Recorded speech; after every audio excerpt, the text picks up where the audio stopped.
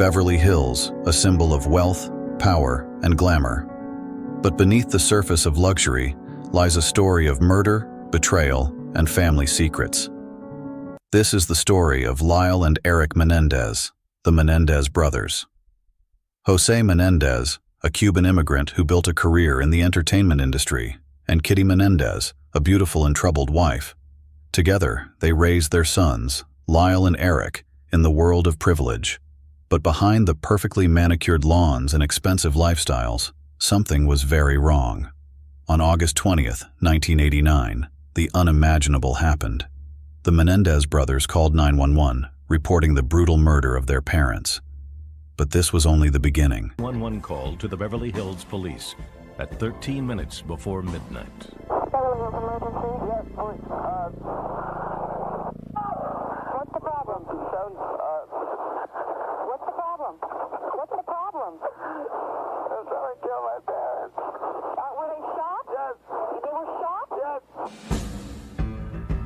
Police raced to the Menendez home. At the crime scene, the officers there informed me that the two victims were inside, that there was the residents, Jose and Kitty Menendez, killed apparently by a shotgun blast, and the sons were the ones that had found them. The sons were Lyle and his 18-year-old brother Erik. The two were clearly shaken. A neighbor would later report seeing Lyle curled up on the front lawn, wailing in grief.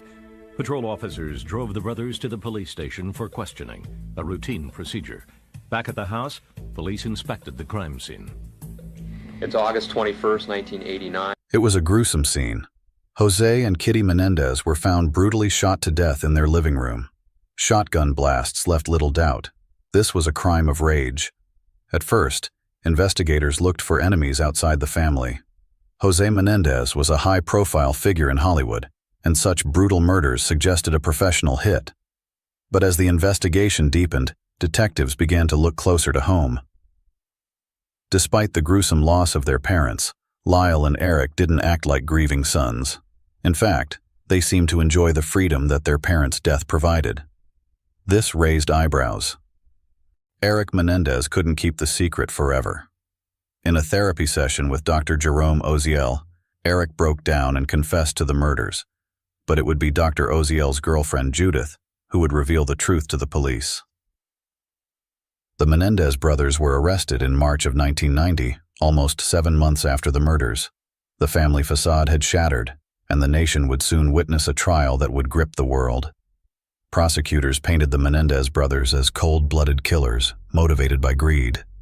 They argued that Lyle and Erik murdered their parents to inherit their vast wealth, an inheritance worth millions. After the murders, the brothers spent extravagantly. This, prosecutors argued, was proof of their motive. But the defense dropped a bombshell. They claimed that Lyle and Erik had endured years of sexual, emotional, and physical abuse. Their fear of their father, the defense argued, had driven them to commit the unthinkable. The trial became a media circus, captivating the public. People were divided. Were the Menendez brothers victims of abuse who snapped, or were they greedy killers exploiting a tragic story to escape justice? The first trial ended in a mistrial. The jury couldn't agree on whether the brothers had committed a premeditated murder or acted out of self-defense. In the second trial, the brothers' defense was less successful. The court disallowed much of the abuse testimony, and the focus shifted back to the cold, calculated nature of the murders. On March 20th, 1996, Lyle and Erik Menendez were convicted of first-degree murder. The brothers were sentenced to life in prison without the possibility of parole. Final blow to the defense. He instructed the jury to consider only murder or acquittal in the case of Kitty Menendez. The more lenient sentence of manslaughter was only possible for the killing of Jose. First, we had our hands tied behind our back. Then we had our legs shackled. Then somebody cut us off at the knees. Then our eyes were gouged out. It was a horrible, depressing, frightening progression.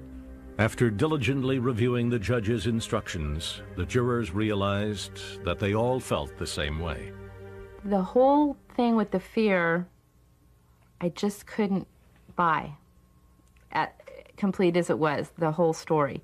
I think they did fear their parents because their parents were so controlling. I believe that, but I don't believe that they feared that their parents were going to kill them at the time they killed their parents.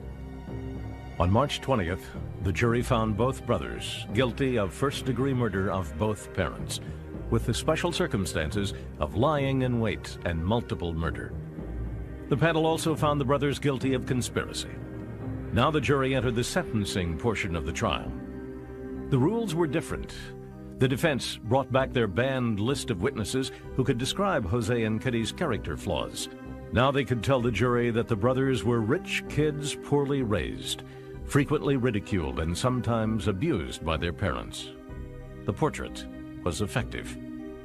Their age, being fairly young, their prior criminal record being that they didn't have violence, and that they had been very cooperative in school and with their coaches. These kind of things told us that these were not lives just to be thrown into a grave.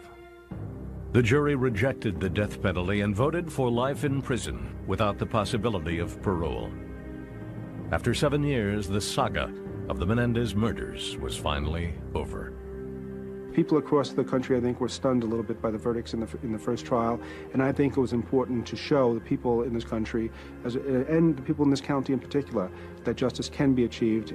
A new evidence about a sexual abuse involves a witness named Roy Rossello, pictured bottom right, who has come forward in a sworn affidavit alleging that he was sexually abused by Jose Menendez too. Rossello says the abuse took place in the early 80s when he was a member of the Puerto Rican boy band Menudo. Jose Menendez, top row, second from left, worked as an executive at RCA Records at the time, and RCA signed Menudo to a recording contract. On October 3, 2024, Los Angeles County District Attorney George Gascon said the Menendez murder case is being reviewed by his office, naming 2 new factors that prosecutors are looking at. Gascon said that there could be potential for resentencing or possibly even a new trial. The Menendez brothers case is one of the most infamous in American criminal history. It's a story of wealth, privilege, pain, and ultimately, tragedy. As Lyle and Erik Menendez sit behind bars, the world continues to debate. Were they victims, villains, or perhaps something in between? That brings us to the end of this deep dive into the Menendez brothers case. After over 3 decades behind bars, the debate still rages on. Were Lyle and Erik Menendez victims of horrific abuse, or cold-blooded killers who deserve to stay in prison? What do you think? Should the Menendez brothers be released, or is justice being served as it stands?